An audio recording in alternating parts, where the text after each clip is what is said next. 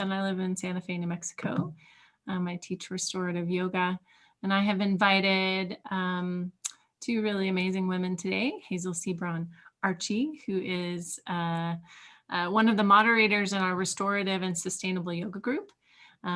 She's also happens to be an ER doctor, and she's an advocate for health and wellness, and does breath work, and I could go on and on and on.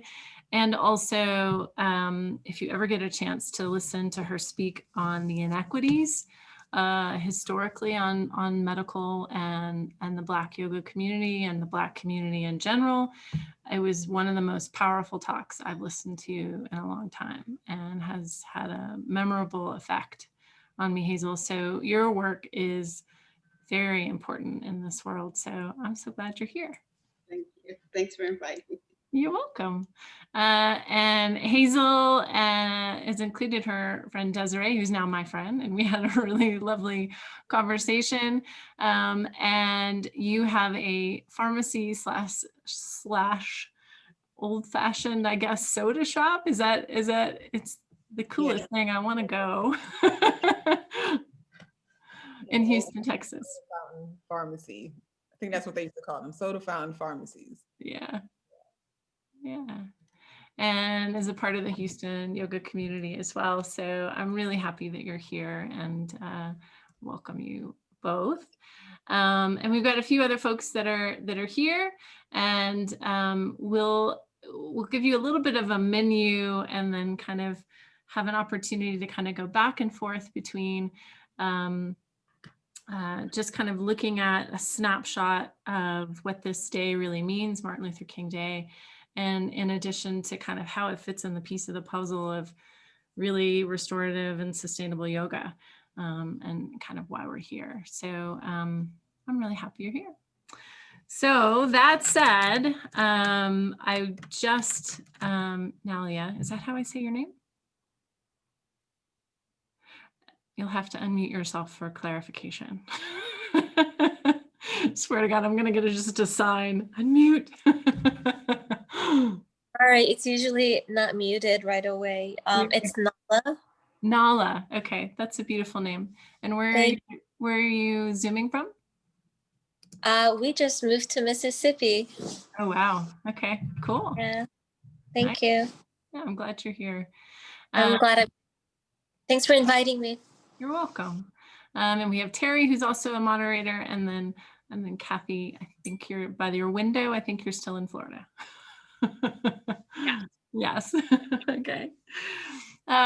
So we're gonna actually start with Hazel. I'd be really curious if you just lead us like in a minute of like exhale. Would you be willing to do that? I'm putting you on the spot again. No, you love it when I do that. Ready, we'll just do a brief, we'll do the one we did before, breathing exercise. It's called letting yourself be breathed, and you'll inhale and exhale, but with each inhale, you'll visualize that someone else is pushing that breath into you. And when you exhale, you'll imagine that someone is pulling that breath out of you. And it's really a good breath work for release and for times when you feel like you may be controlling a little bit too much, or feeling like you need to control a little bit too much. So we'll do 3 rounds maybe of that. So if you just ground yourself and close your eyes, as you inhale, imagine someone pushing breath into you.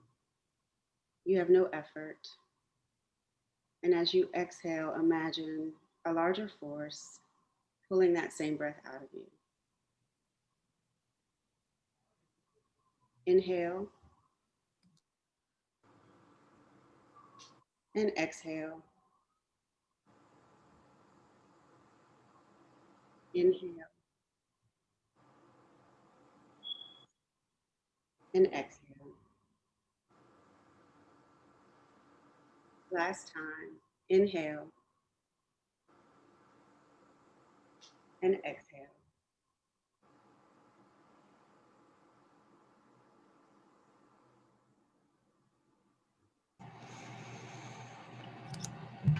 Wow.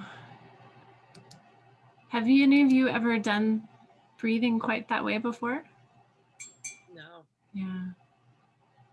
I'm curious what came to mind for you as you were, Terry's giving you a big heart. What came to mind for you imagining that you had no effort, that someone was doing the breathing for you? I can go. The first breath, the first thought was, because we're always in our head first, right? So I was like, oh no, she's going too fast. I need to catch up. Because I'm like, she's on the inhale, I'm on the exhale. Wait a minute. And then I was like, calm down. It's not that serious. Just breathe. So once I did that, because everything has to be right? And so once I did that with the second breath, I was okay with you guys being on the third while I was still on the second. And I just imagined the Holy Spirit in filling me, and that I didn't have to breathe. I'm a believer. And I didn't have to do the work, because I never have to do the work. I never have to think about breathing. I never have to make sure that I'm going to wake up in the morning, because if my work here is still not done, then he's going to wake me up. And so it reminded me of that you're not in control. You are a vessel, and relax. Let me do the work. And so the last breath, I was like, oh, we're at 3 already. No, like it felt so good. Like it was a really great release and a surrender of control. Awesome. Thank you, Hazel. Yeah. I Anyone? like what you said.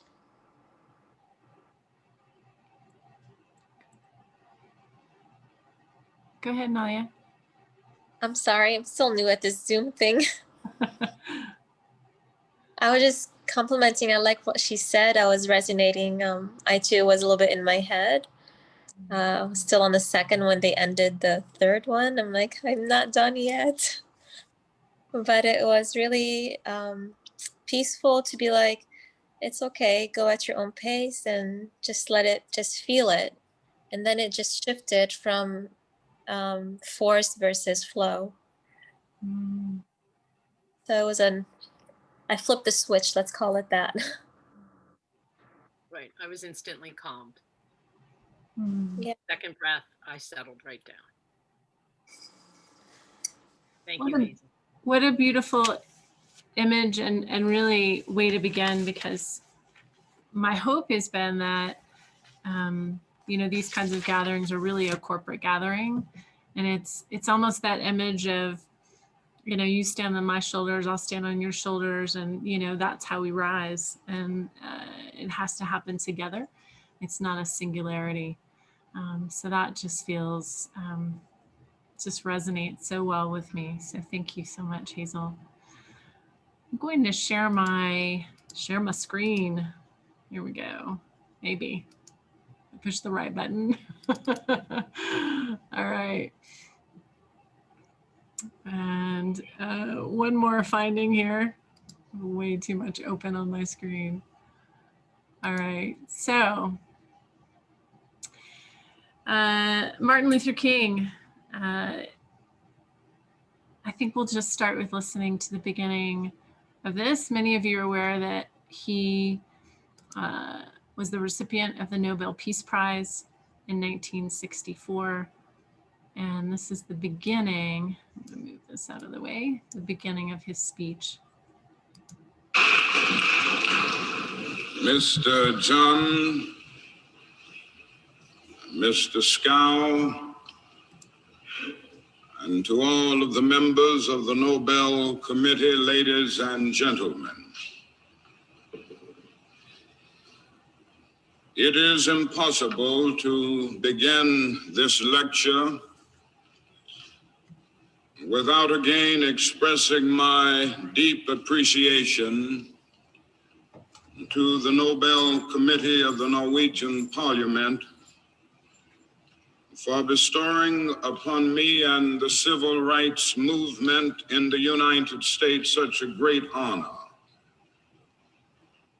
Occasionally in life, there are those moments of unutterable fulfillment which cannot completely be explained by those symbols called words. Their meaning can only be articulated by the inaudible language of the heart. Such is the moment I am presently experiencing. I experience this high and joyous moment not for myself alone, but for those devotees of nonviolence who have moved so courageously against the ramparts of racial injustice, and who in the process have acquired a new estimate of their own human worth. Many of them are young and cultured. Others are middle-aged and middle class. The majority are poor and untutored. But they are all united in the quiet conviction that it is better to suffer indignity than accept segregation in humiliation. They are the real heroes of the freedom struggle. They are the noble people for whom I'd accept the Nobel Peace Prize. I would like to say also that it is a happy experience to know that so many friends who have worked closely with me over the last few years in this struggle were willing to go into their pocketbooks and their means and their humble financial situations to come to Oslo to be a part of this experience. And naturally, it is a great pleasure and privilege to have my devoted wife, my mother and father, my sister and brother, and among the many other friends, my close associate, the one who has been the dearest friend to me in this struggle, Ralph David Abernathy.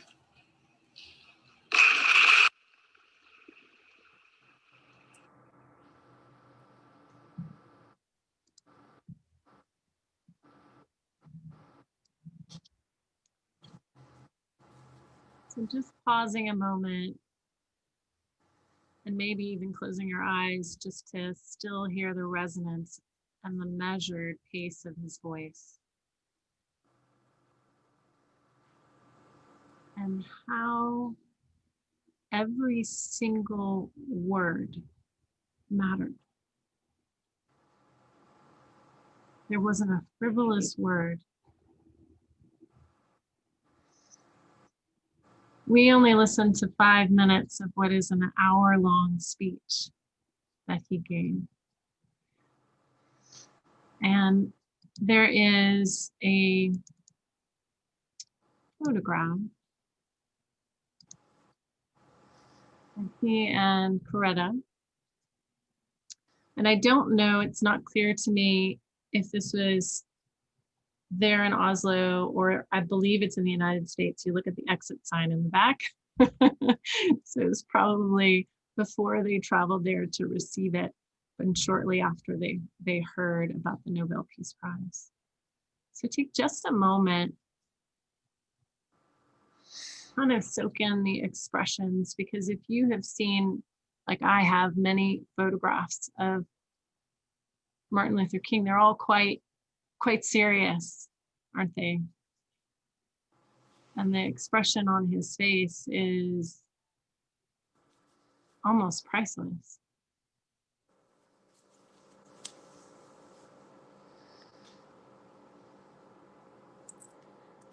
So taking a look further here,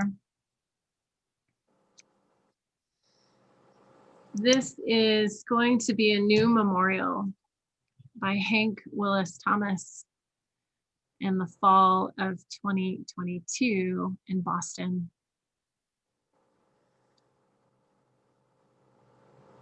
Can you tell what it is? Hugging. Okay. you know who it is, Hugging. Can we assume from the photo? I can give you a little hint. Absolutely. So let's go back to the photograph. And so he won this. There was a call for artists, and he's actually created a number of other sculptures, in particular the sculptures in Alabama at the National Memorial for Peace and Justice. Go back to this.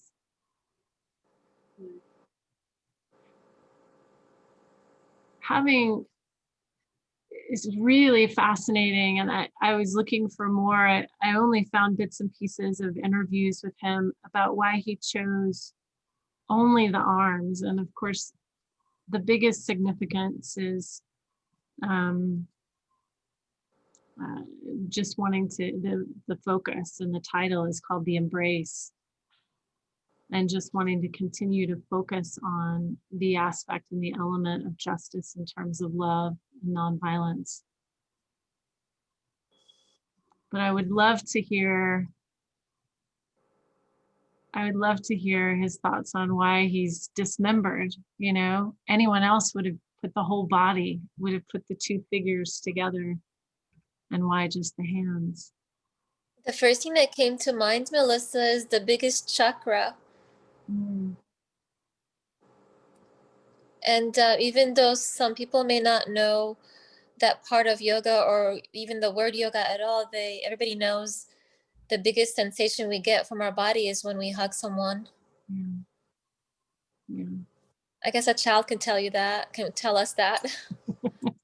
Yeah, for sure. Maybe wow.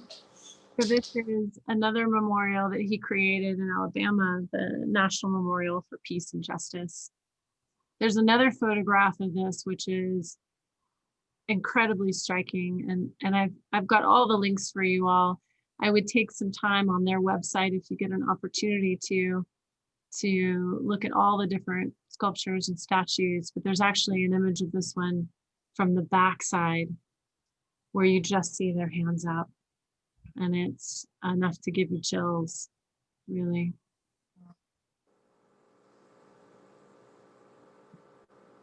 He writes, and this is Hank Willis Thomas, how do we start to find space for acknowledgement that there could be a different perspective on the same issue?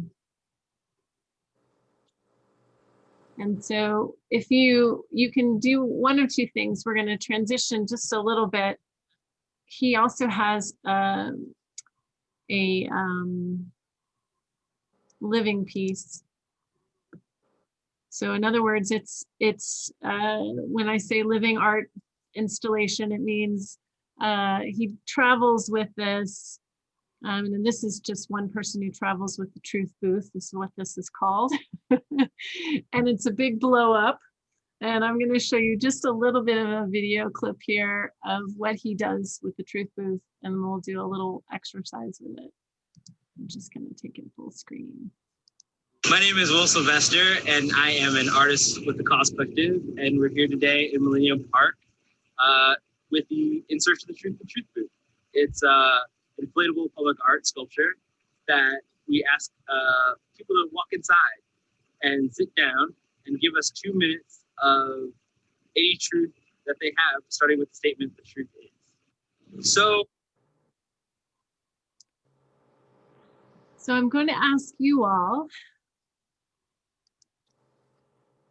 to reflect for a moment with that question. The truth is, and fill in the blank, and you do not need to share out loud, but if you happen to have a pen and you want to jot it down, or you can just simply sort of breathe and meditate on it a moment. If you're watching this on Facebook Live, feel free to type into the chat. But the truth is ... We'll take about 60 seconds.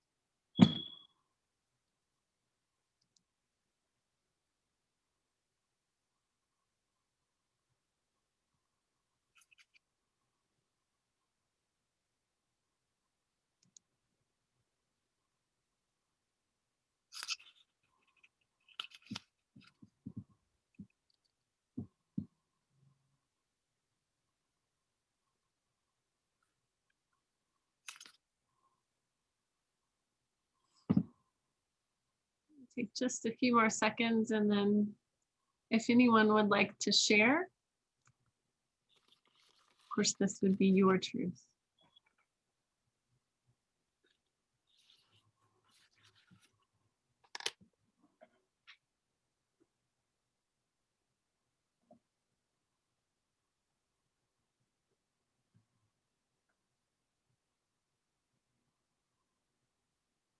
I'll share, Melissa. Yeah, go for it, Terry. So I wrote, the truth is I'm open to learning and capable of learning. Partly it's coming to me because this morning I listened to Austin Channing Brown. She spoke, the keynote speaker for the University of Toledo. And she said, I need you to appreciate learning something new. I need you to appreciate learning something new. And I thought, yeah, I can do that. I can actually do that. So she was really powerful. And yeah, so I'm capable of learning and I'm open to learning. Thank you. Well, mine was a little more universal. I said the truth is we've been in denial, kind of as I'll just say a people. I won't put a nation or a country on it, but just about how interrelated we are and how much of our survival depends on each other. And the way we've been moving, we kind of have been able to deny that because we've become so independent and everything is kind of self-promoting and everything encourages us to be self-promoting. But when I started to kind of listen to speeches, and just one of the main core values was that liberation can only come when we realize just how much we all need each other. And I think we kind of deny that. So that was my truth. Thank you, Hazel. Hazel, did you read Ibram Kendi's Denial is the Heartbeat of Our Nation? I did not. All right, I'm sending it to you. Okay.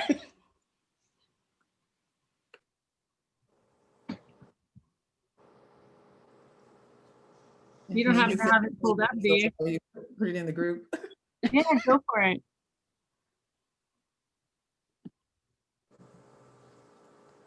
Desiree, did you want to say something? Oh, no, I was saying to Terry, first I said, Hazel, send it to me when you get it from her. Then Terry can just put it in the group so we'll all have it. I had not heard of it. I'm not even going to write it down. I'm just going to get it from whoever puts it out there. I guess I can go. In answering the question, the truth is, and my response was, we have a long way to go. Like, period. Like we have so much to learn, just so much. So many more conversations like this need to be had. They have to be had, or we're not going to get anywhere.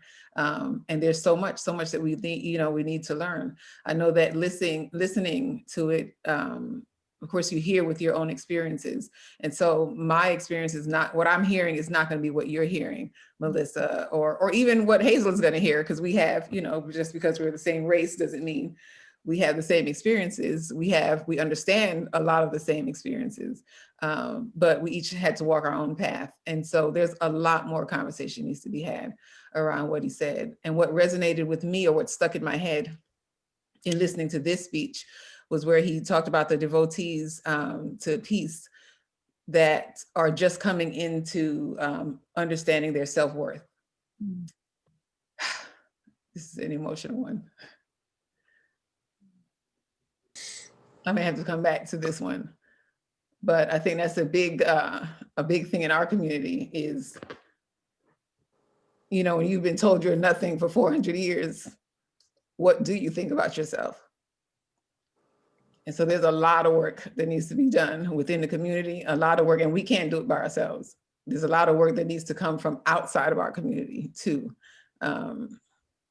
Yeah, and so that's what resonated with me in, when he said that, and I was like, yeah, that's one of the biggest problems with our youth is not knowing who they are and, that they are worthy. And it's so interesting because there was this speech, A Blueprint for Your Life, and he was speaking to a group of high schoolers in Philly. And he gave them 3 points. And the very first point that he gave them was that they had to develop a sense of self-dignity and self-worth, just for the reasons that you said. And it struck me because, you're thinking it's going to be some, racial message or civil rights message, but it wasn't. It was exactly what you just said. And he spent probably more time on that point than any other one that he gave them. So that's really.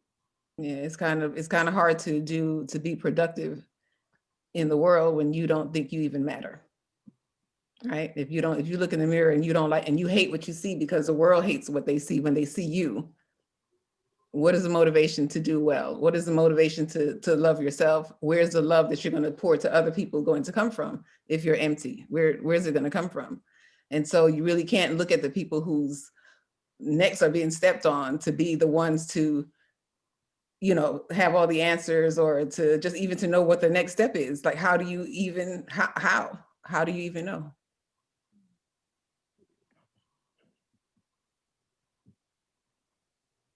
In his speech, he actually said human worth.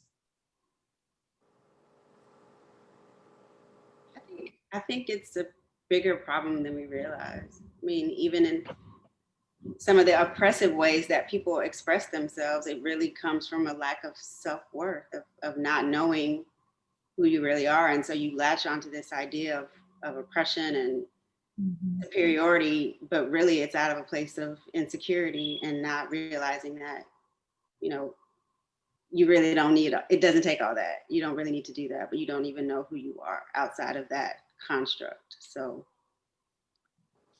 that was, I appreciate you saying that. It reminded me when I was looking at the I don't even know what you call it. Is that an insurrection? What was that? I don't know what did we have? Whatever that was that we had. I'm still trying to figure out what to call it.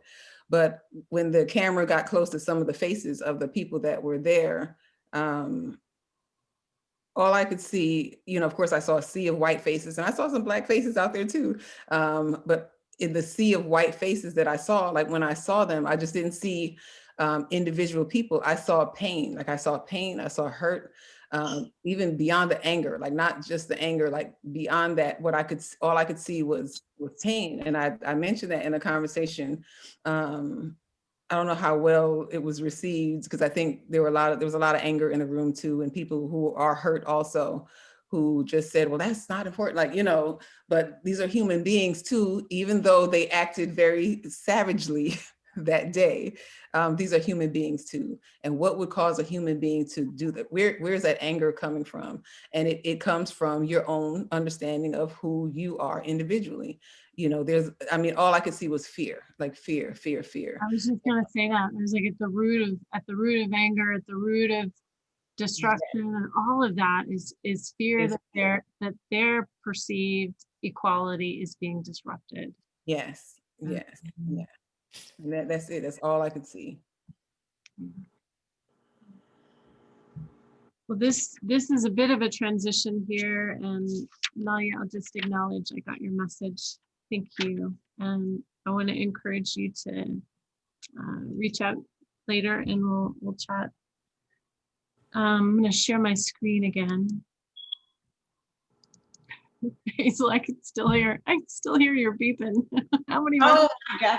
How many months is that fire alarm going off? We changed it, and there's still one somewhere. I'm gonna mute myself. No, don't. Every time I hear you, it cracks me up, because I'm like, no, I'm actually concerned, because I want to go and check your fire alarm. Like, okay, all right, hang on a second here as Melissa gets distracted. So I don't want to skip this. And I have to say, this is such a serious topic, and thank you. You know, I think that we can laugh or that we can cry and that we can just kind of be having these conversations is really healing. So reading this to you, and this is at the National Memorial for Peace and Justice, for the hanged and beaten, for the shot, drowned, and burned, for the tortured, tormented, and terrorized, for those abandoned by the rule of law, we will remember. With hope, because hopelessness is the enemy of justice. With courage, because peace requires bravery. With persistence, because justice is a constant struggle. With faith, because we shall overcome. And reading that last line, Desiree, makes me think of how you felt when we did the breath. And I thought,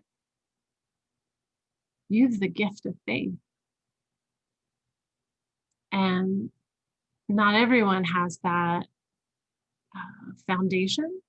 And whether, you know, whatever religion, you know, that just the foundation of believing something larger. And it's even a principle in the Yoga Sutras, to be able to have that sense of faith is a catalyst for us to actually make change. It's the step in Kriya Yoga.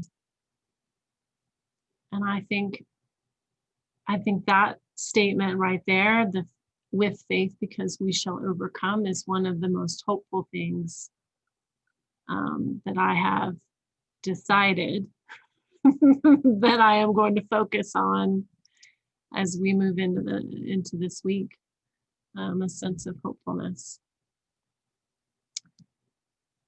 So, whew, this is heavy, but I'd like to share it with you. So I think it's important that I put it on the words, but I don't know how many of you are familiar with June Jordan. She was a poet, and she passed away of breast cancer, and I'm not sure, I think, yeah, 2002. And her words are quick and really powerful. So as we listen to actually her reading it, I'm going to just put it on the words so you can see that. Poem is in the memory of Martin Luther King, Jr. And they're right here. Honey, people, murder, mercy, USA, the milkland turn to monsters, teach to kill, to violate, pull down, destroy the weekly freedom growing fruit from being born, America. Tomorrow, yesterday, rip, rape, exacerbate, despoil, disfigure, crazy, running threat, the deadly thrall, appall, belief, dispel the wildlife, burn the breast, the onward tongue, the outward hand, deform the normal, rainy riot, sunshine, shelter, wreck of darkness, derogate, delimit, blank, explode, deprive, assassinate, and batten up like bullets, fatten up the raving greed, reactivate a springtime terrorizing, death by men, by more than you or I can stop. They sleep who know a regulated place, or pulse, or tide, or changing sky, according to some universal stage direction, obvious like shore-washed shells. We share an afternoon of mourning, in between no next predictable, except for wild reversal, hearse rehearsal, bleach the black long lunging ritual of fright, insanity, and more deplorable abortion, more and more.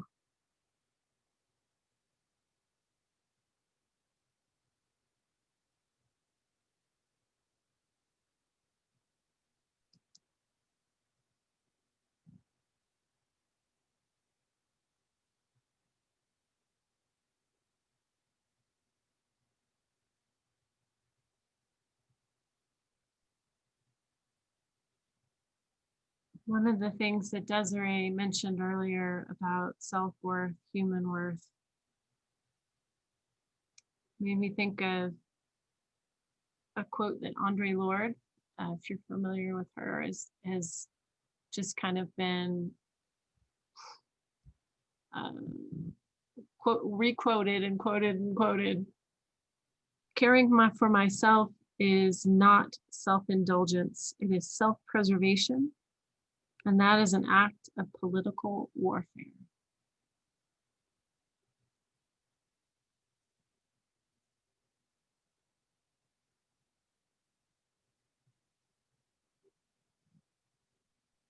And I think it's interesting in researching a lot of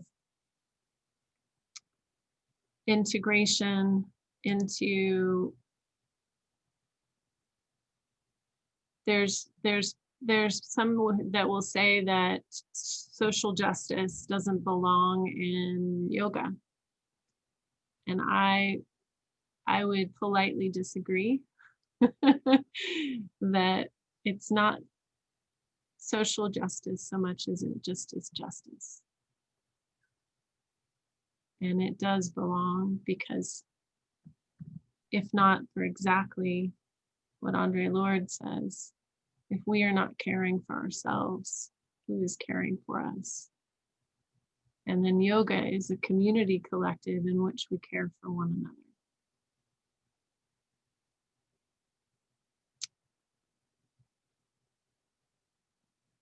So shifting to the hopeful side,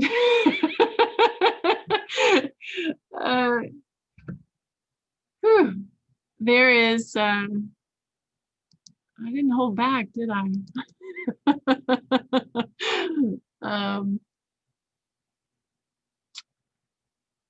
There are two more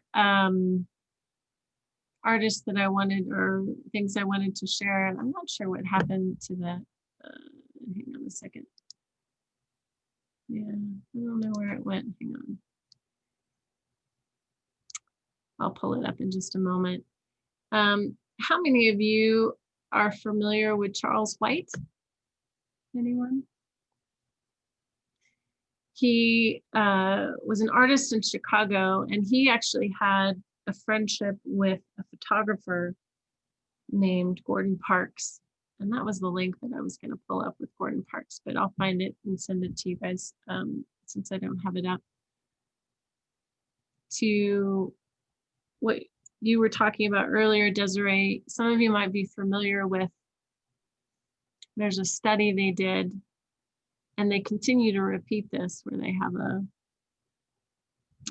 Black child. I'm going to go ahead and pull it up because it's incredibly profound to, oh God, look at all these emails. No, that's not it either. Hang on a second. I'm going to pause share and pull it up just a second.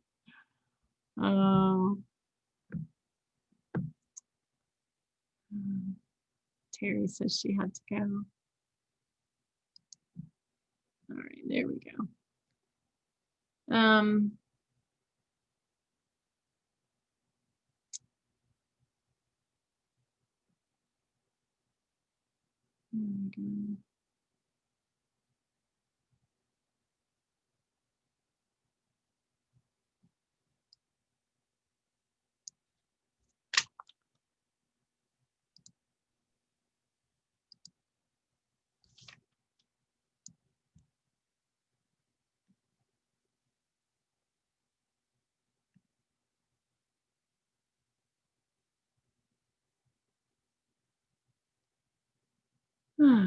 Technology is so special, isn't it?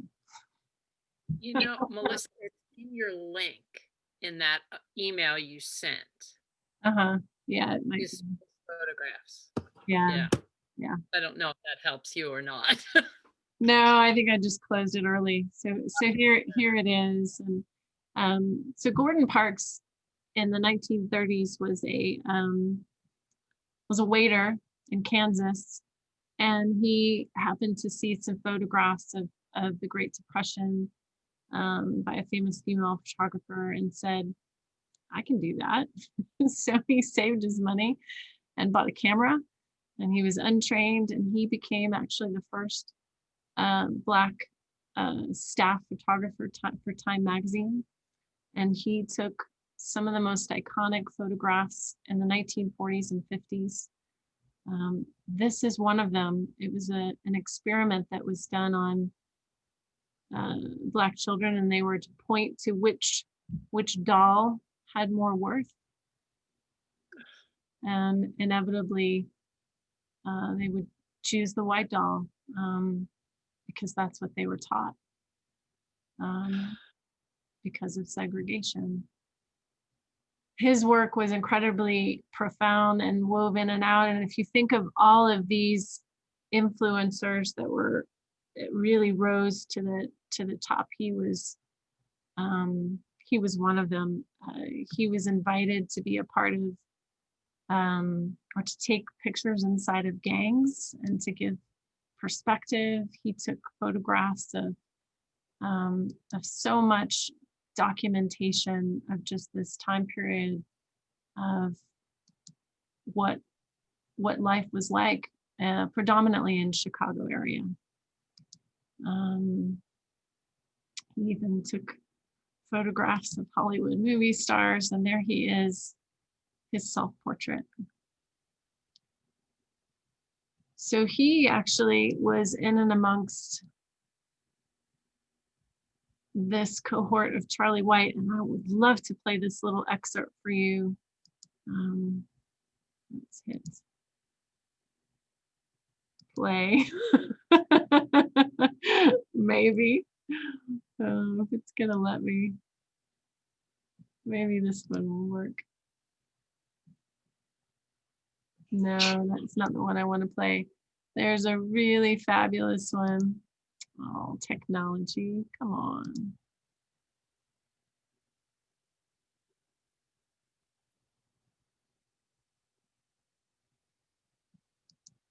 There we go. Fantastic. Live from New York, tonight with Belafonte. Our relationship with Charlie, I was not just an acquaintance. Our survival was dependent on one another. When you look at Charlie White, and you look at the faces of Black people, there's a serenity. There's always a strength in his characters. The limbs of the Black subject is always powerfully displayed, strong arms. When good fortune hit and I got my own space to command my time on television, I opened it with a Charlie White. I don't want no hard-headed woman. Sitting me. It shook up television because I never quite saw anything like that, all of his blackness. I bought everything I could of his. I displayed it and I put it on television. I couldn't get enough of it. Charlie White had a great champion in me. Better bow your head, Lord, better bow your head. Better bow your head. Better bow your head. Hold that line.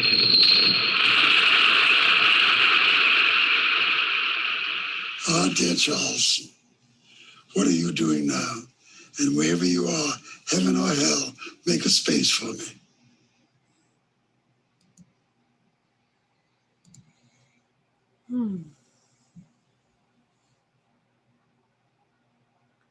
Does anyone have any reflection after watching that?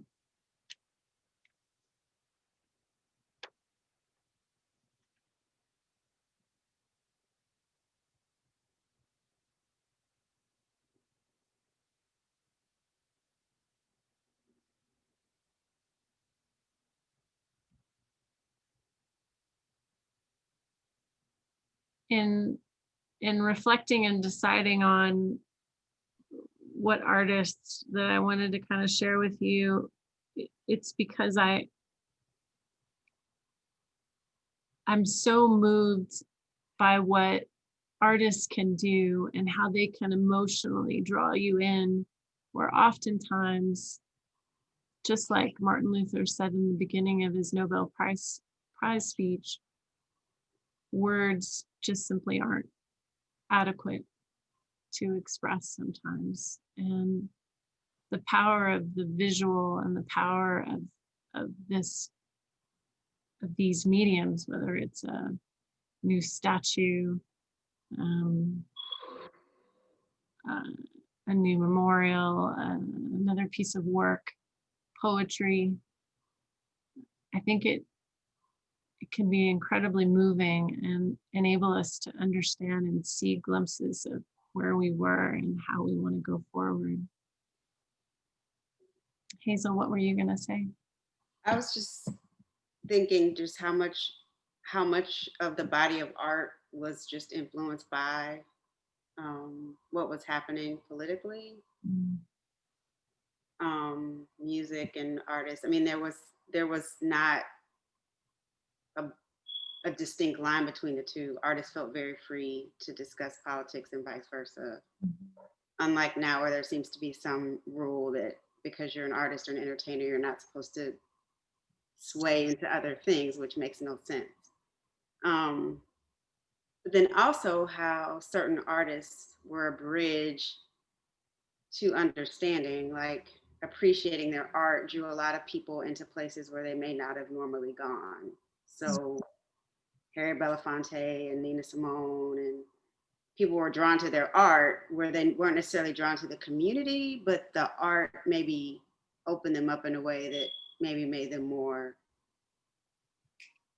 I don't know what the right word is, curious, interested, attentive. For some, not all, but it might have been a bridge to an understanding. So I was just thinking what would that have been like to watch that on television at that time? Yeah. You know? Powerful, shocking, you know. I want to read something, and it goes back to our conversation that I had with Desiree about how we kind of feel about this time right now. You know, I think the question has been asked of a lot of people, what good has come out of the pandemic? And I would say nothing has come as good about a pandemic, period. Let's just put a period on that. But as a result of the pandemic, we have sheltered in place and we have changed our lives. And what good has come out of that? And so I wanted to read to you something that I wrote, and then I'll ask you to reflect. Not I wrote, that someone else wrote. Hang on just a second. And reflect just for a moment on it. And so you can see that the theme of this is because, and for those of you that are visual, I'll share my screen for visual folks, visual learners. All right. 2020. Because you were long, you taught us patience. Because you were hard, you taught us endurance. Because you put things in perspective, you taught us wisdom. Because you kept us separate, you helped us fall in love with each other harder. Because you took things away from us, you taught us to not take things for granted. Because so many kept working to save others, you taught us awe. Because we stayed home while they worked, you taught us gratitude. Because we were forced to isolate outside, you taught us to find solace in nature. Because you made us face solitude, you taught us to make friends with ourselves. Because you stopped us from traveling outward, you showed us how to travel inward.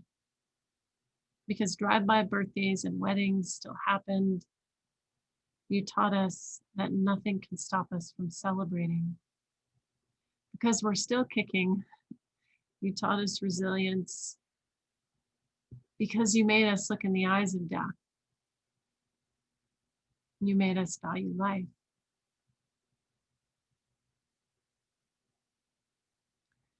So if you have your pen, if you want to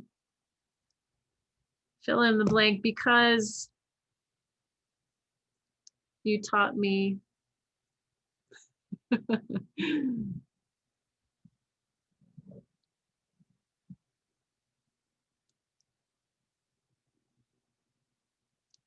because of whatever particular suffering, change, loss, inequity you taught me. You can fill in the blank of that value.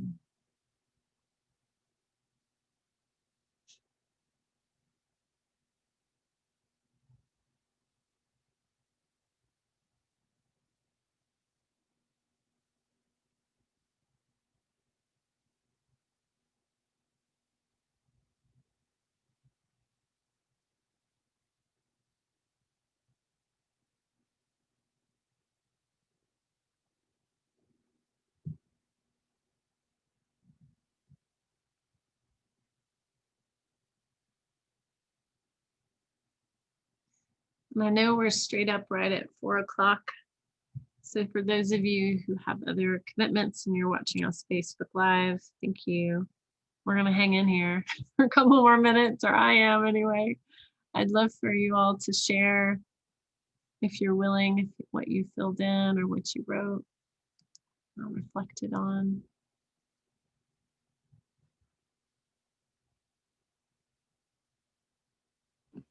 Kathy, do you want to share before you leave? Desiree, thank you.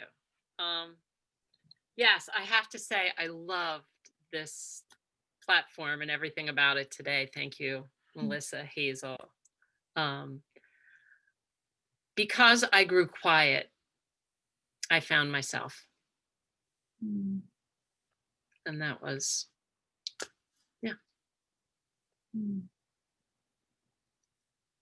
Yeah. Thank you. Each and every one of you. Thank you so much. Yeah.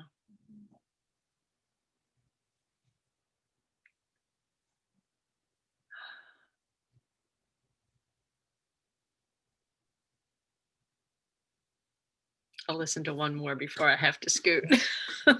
Anything after quiet. I know. I'm just enjoying the silence. Okay. I know you have to go, so I'll share since I called you out before you left. That's okay. That's all right. So let me see what I wrote again. Okay, so because of the loss of so many loved ones, you taught me how to be love. Yeah, I lost one of my best friends, oldest friends. We were friends for it was 38 years in end of October. So yeah, that, and then I lost a cousin yesterday morning. It's just been a lot. It's been a lot. But my word going into 2021 is love in all forms, all facets, to love on me first and fill myself up with love, so that's what just exudes from me, that love just comes out everywhere I go. So yeah. Isn't that beautiful? I feel that. Yeah. Yay. Thank you. I wrote, in the moments of scarcity, you taught me that I have plenty.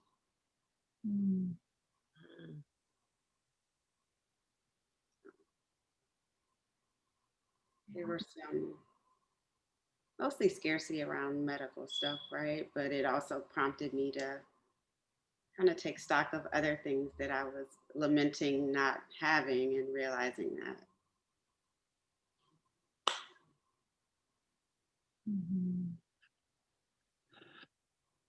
Thank you. I feel like we should have a part 2. I have some more topics. I probably have enough material for several weeks. I have and I'll send this to y'all. I have and I'll post it within the group too for those that are listening, a whole list of all of the links that I connected to, plus extra links of some things I explored, and a huge list of resources and also some conversations that can still be had around yoga, around allyship, around, all of these things about what it really means in terms of justice and community. And so I'll share that with everyone. And I think this is a conversation that we're just going to keep having again and again and again within this group and within community. I very much like Terry, circling back to the beginning, our conversation is, her truth was about learning and being open to learning, and to boil that down even to its most simplistic, truth. And that's being honest with each other, but also having that vulnerability to say, I don't know what I don't know, right? and also, now that I am aware of my privilege, aware of resources, aware of how I can make a difference, that now it's my responsibility. So, whew. I am so grateful for you all. Thank you, Hazel and Desiree and everyone else who showed up today. Meeting you. Yeah. Just beautiful, beautiful souls. So thank you for just being open and willing and kind of stretching our our vision a little bit. And Desiree, I'd love for you to come back with Hazel and I and anyone else that would like to join on a sort of a part 2 of this to keep the conversation going. Yeah.